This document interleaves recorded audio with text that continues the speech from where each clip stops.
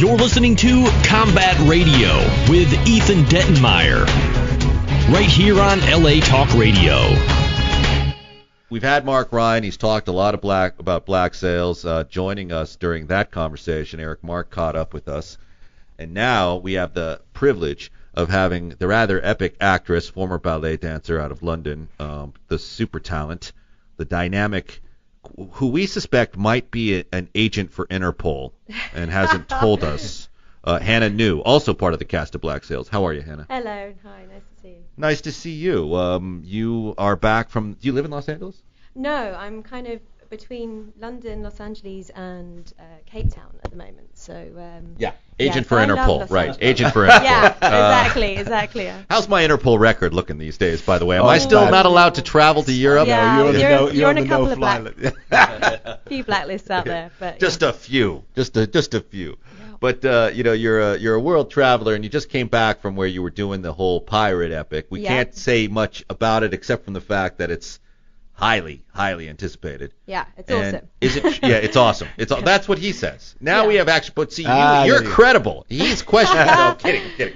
Yeah. No. So, well, tell us a little bit about what you do on the show. What you can tell us. Okay. I play a very ambitious young lady who Just like life. Yeah. And she basically is what they would call the fence. So she takes in pirate goods and sells them back to merchant ships. So she has all the economic power on the island, and for that reason, she's... I love your character already. She's a formidable force, and she's a lot of fun to play. So pirates bring you sacked goods. Mm-hmm. You turn around and sell it back to the Royal Navy.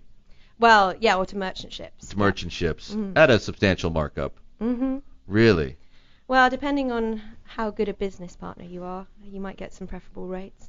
But generally, if people don't please me, they know about it pretty quickly. You've got a series that's starting in Spain, Yes, right? Because you speak fluent Castilian Spanish. Yes, I do. And you're like a multinational talent. But when you got this script for the Stars Network, we're going to do an 8-hour pirate epic. Mm-hmm. And if it goes well, we'll be doing another 8, another 8, and another 8. They send you this script, and or how did it break down with you? Were you sent a script? Were you just... Yeah, well, I got to read the pilot. You got to read the entire project? No, pilot. no. I just got to read the pilot. So, and my first reaction to it, my gut reaction was, roles like this for women don't come along every day. Right. And just the idea of a pirate show that's very gritty and real, and doesn't kind of fly away with fantasy. It kind of keeps it very much in historical fact, but is also incredibly fast-paced and fun. So it was a big sell for me. I definitely wanted to be on that show. Now, I hate to disappoint a lot of our 8-year-old listeners out there, Mm-hmm. which there are many, I'm sure. Yeah. But Keira Knightley, who Mark worked with and we like very much, her role in Pirates of the Caribbean got a little what you were talking about, where she's suddenly the leader of the pirate armada, Mm-hmm. giving the Braveheart speech, and everyone's Yeah. just kind of like, to almost a Sergio Leone kind of inspired theme at the time. Everyone's like, so is you're saying that Black Sails steers away from that? It's kind of a hard-hitting period piece. Yeah, I think in many ways it is. Obviously, it still has all the speed and excitement of a very, full-on TV series, but we do Sea round monsters? it. Do you fight sea We monsters don't at have any sea time? monsters. You No. see, Do you this fight is pirate nothing- zombies? There's very little Pirates of the Caribbean about this at all. I mean, there is nothing about this which is Pirates of the Caribbean. And I've said to you before, I love the Pirates of the Caribbean, but this is not that. This is much more based in the dynamics of the personalities, the politics of the era, the way they lived during that time. It's based in that. It's based in the characters and the politics and the history of the characters. Like some of them are real historical characters mingled into this fantasy world of Treasure Island and Captain Flint. So, but it bears very little resemblance to Pirates of the Caribbean. My first introduction to piracy that I can remember was actually N.C. Wyeth's artwork in the version of Treasure Island that I had, which I swear has probably inspired every great pirate masterpiece, and film-wise anyway, right? Yes, it's a great story. So, but I guess my point was this project you're on has got the production value straight, right? Oh, You yeah. said they built a beach. They've got the Bahamas set down in South Africa. They have the wave machines. You're Yeah. boats. even battling like someone thought to even battle the tide, which is not something they always do. They always just No. say, hey, we're, cruise ashore on the lagoon where the waters are, it's like a paradise, Yeah, I mean, every lunch break, all we want to do is go and lie on the beach. Yeah. Is that what you did? Is that how you handled it? The boats are spectacular. It's aren't they? incredible. It's incredible. I mean, I've never seen anything like it. And, I mean, they've got in specialist riggers because that kind of rigging doesn't happen nowadays. So Right. you have to have real experts working on this job. And, I mean, the first day I arrived on set, I just couldn't believe it. I was I speechless. bet. Absolutely blown away. And then every day since then, it's been the same. Now, take us to where you met this guy, this character, for the first time. He comes walking up. He plays what? It's not Command Master Gates. It's Mr. Gates. You're the Quartermaster Gates. Yes. Right? You meet this guy for the first time, and what immediately runs through your mind? I didn't buy Well, a taser. I actually can't say because we're going out before the watershed. It wasn't particularly polite. Let's put it that way. Wow. There you go. Whoa, that's all right. So let's cut through the first impression to the second impression. You're now with Mark Ryan, and you're doing this series. What are your thoughts on this guy? I mean, he's a very hardworking actor. Oh yeah. As an Laborious, actor, it's inspirational to be in a scene with him. Really is. Oh. And we had a lot of fun. I mean, every scene we got to kind of really play with and find little nuances. And I think the fact that there's a very interesting business dynamic between my character and Mark's is a very interesting thing to play. And we got a lot of chance to go through it and rehearse before and kind of consolidate both of our research. So it's We were talking about before this about Steven Spielberg's article about how the business has changed, and I've said previous on this show that it was like shooting for me. It was like shooting an 8-hour film. Oh yeah. Because of the detail and because of the time, but to able to explore the dynamics of the characters in a show like this was actually a gift because you could really get into it and, like you say, play with it, work with the director and go, okay, now we know roughly where this is going, but we don't know, how it's going to end or, how the dynamic's going to play out. But we get chance to live in that rich environment and become the characters. Yeah. And when you actually are on that set, Yeah. you become the character, don't you? You Yeah. actually are sucked So is into that some this kind of world. excuse for an actor who can't turn it off, runs around town? Yeah, we're really Is that method. really what that is? That's- Is that a method excuse? I mean, Yeah. Yeah. So is he like that? Are you? Now, I never asked you this, Mark, but a lot of actors I respect, like David Suchet, he's Poirot, even during the lunch break. Are you like that as Command Master Gates or Quartermaster Gates? Or do you snap back into lovely Mark Ryan? I think there are some scenes, and Hannah will attest to this. There are some scenes, particularly in this show, which are extremely dramatically powerful, which are emotional, which are you have to draw something up from your personality and bring it into the scene to make it live. Are you so that way? there's moments where you literally have to shut yourself off from the cameras, there's everything, and just place yourself emotionally in that place. So there are times when you've got to do that, and yet Toby Stevens. I was gonna say there are times when you guys shut off from the character completely and go the other way. we I have to say giggled like children through almost It's a 5.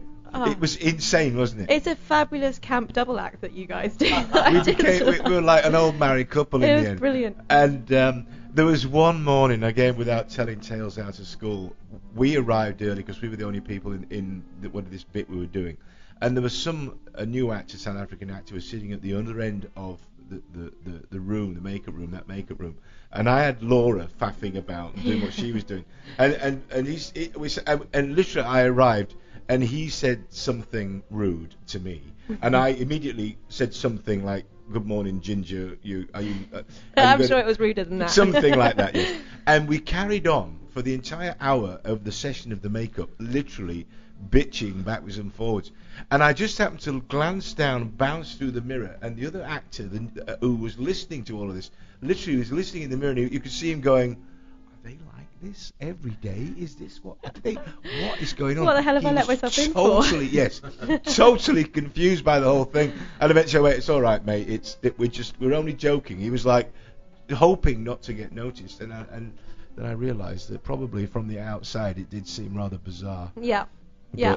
But yeah, she's confirming how bizarre you actually are right there. Yeah, I know you said how great an actor Mark is, but you caveated it that way. What about as a person? Oh yeah, completely. Oh, he's terrible. Yeah. Terrible. Okay, that's what we got. Thank you. Oh, See, no one believes me when I tell him that. God, it's hard work, I tell you. We laughed. We had a lot of fun on the set, didn't we? Yeah, we did. Absolutely required as well when you're doing this kind of work, because it is. It's funny. I had an email from Jessica because just checking in because I know she's gone off to Vancouver or something, and I actually said, I feel since I've got back, it's taken me a while. I feel completely displaced. There's something about that tension and about the 4 o'clock morning start and 9 o'clock at night or 4 midnight in the morning finish, and being in that dynamic where you're actually so engrossed in what you're doing. It's so intense that when you come back, I felt almost like I was suffering from some kind of post-operational stress trauma. Yeah.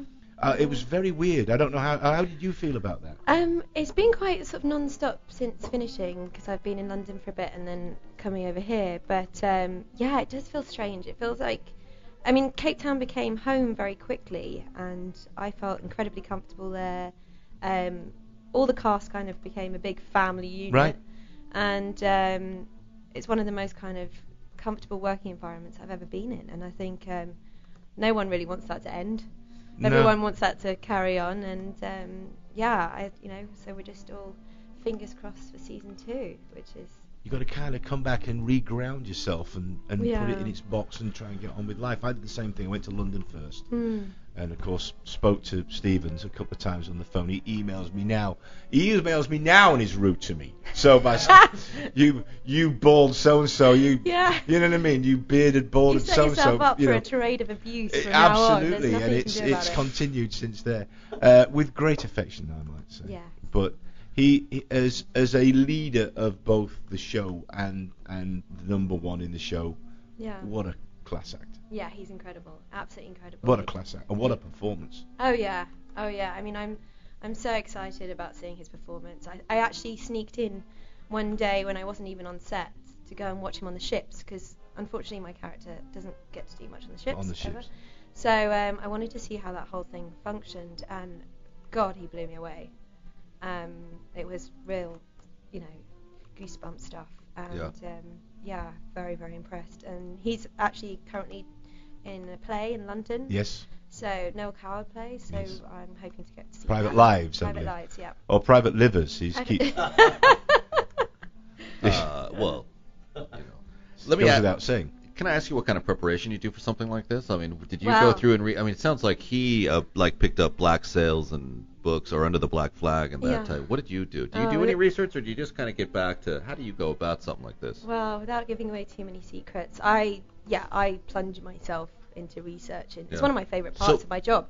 What did you look at, like actresses who have played characters, women, like powerful women characters in pirate epics of the past? I looked more at historical women. Yeah, really. Rather than looking at representations of women. So I delved into a lot of history to do with Queen Anne. Good choice. Yeah, she's a very interesting character indeed. And I also read a lot around piracy and women. And did you watch Cutthroat Island with Gina Davis to see No, what I not to haven't. do? Right, okay. And there were historically very famous female pirates of the day as well. You wouldn't think that, but there was a very famous Irish pirate, female pirate. Grace O'Malley. Grace O'Malley, there you go. And that whole history of that is fantastic. Wait a minute, there was an Irish pirate? Female pirate. Grace O'Malley, she was pretty incredible, and she also met a rather sticky end as well, I believe. They all did. What was the end for our audience? Oh, I think she was hung. Gallows? I think she was, yes. I mean, just the whole history is so interesting, because you have this group of very ambitious people who went out to sea as privateers. They went out commissioned by royalty to go and loot Spanish treasure galleons. And all of a sudden, the crown turns against them, and they're pirates, and they're hunted. And so if there's any model for anarchy, I think, it's piracy, and the reasons why people no longer are loyal to the state and fight for themselves and try and create a republic is because they were abandoned, essentially. There's a great story about William Morgan, Captain Morgan, who actually was a privateer and was eventually caught, brought back to England and put in the Tower of London. Yeah. And all the way up until his hanging, he was saying, I have a charter, which he had with him in the Tower of London, but it mysteriously disappeared. It was signed by royalty that basically said, off you go do this. And he said, Captain Kidd had the same thing, I think. Yeah. Was it Captain Kidd? No. He had your story's not incorrect. It's just Captain Kidd had the same thing, and he had a hard time proving it later too. Yeah. He got And hung Edward in Teach the Tower of London, and about 200 years ago, this is how strange these Teach, stories are. great reference. Teach, yeah, they were doing some restoration on the Tower of London and discovered, pulling up some, flagstones and stuff, that there was a small hidden library. And there were a pile of books inside, they stored away in this library that had been bricked up. And inside one of the books was the actual original Morgan paperwork that basically said, here's your charter, go and do this. So they actually found it, and somebody had taken it while he was in I love it. prison. I'd like to know what book it was in. They'd be like, no one's going to read this one. Exactly. Treasure Island. No. Yeah. It's just interesting, the thinking, like, let's just keep it in the tower and brick it up. No one will find it. And Look, let's not move it. Let's not burn it. Let's not get rid of it. It had a royal signature on it, so they didn't Whose want to signature was destroy on it, do you know? I have no idea. I can't remember. Whoever the... It's in Johnny Matthews's. It's in Johnny Matthews's book. I believe it. Which book by Matthews, do you know? The Pirates. The Pirates book by John Matthews. There's a follow-up as well, which is Most Wanted or something Pirates. The ones I was going to bring in. But Johnny's... Because it's like the Churchill World War I position, right? That kind of stuff. What's the name? Admiralty, or what is it? The Lord of... What, you guys all have your titles. Yes, he was the first Sea Lord. First Sea Lord, right. Yeah. Right. Brilliant. So that's one of those situations where you just need a better, PR machine behind your piracy actions, right? To kind of explain it to the population. So when you're brought to trial in Tortuga, or not, well, you wouldn't be brought to trial there, but whatever British colony, I guess. But there are direct modern equivalents. We are now talking about clandestine action, which is totally well, this is two-faced. nothing new, right? We just said this in the first hour. This is the way governments have always worked. They sell you out. The surprise is that people are surprised. Yes. That's a good way to put it. Yeah, the surprise is that people are surprised.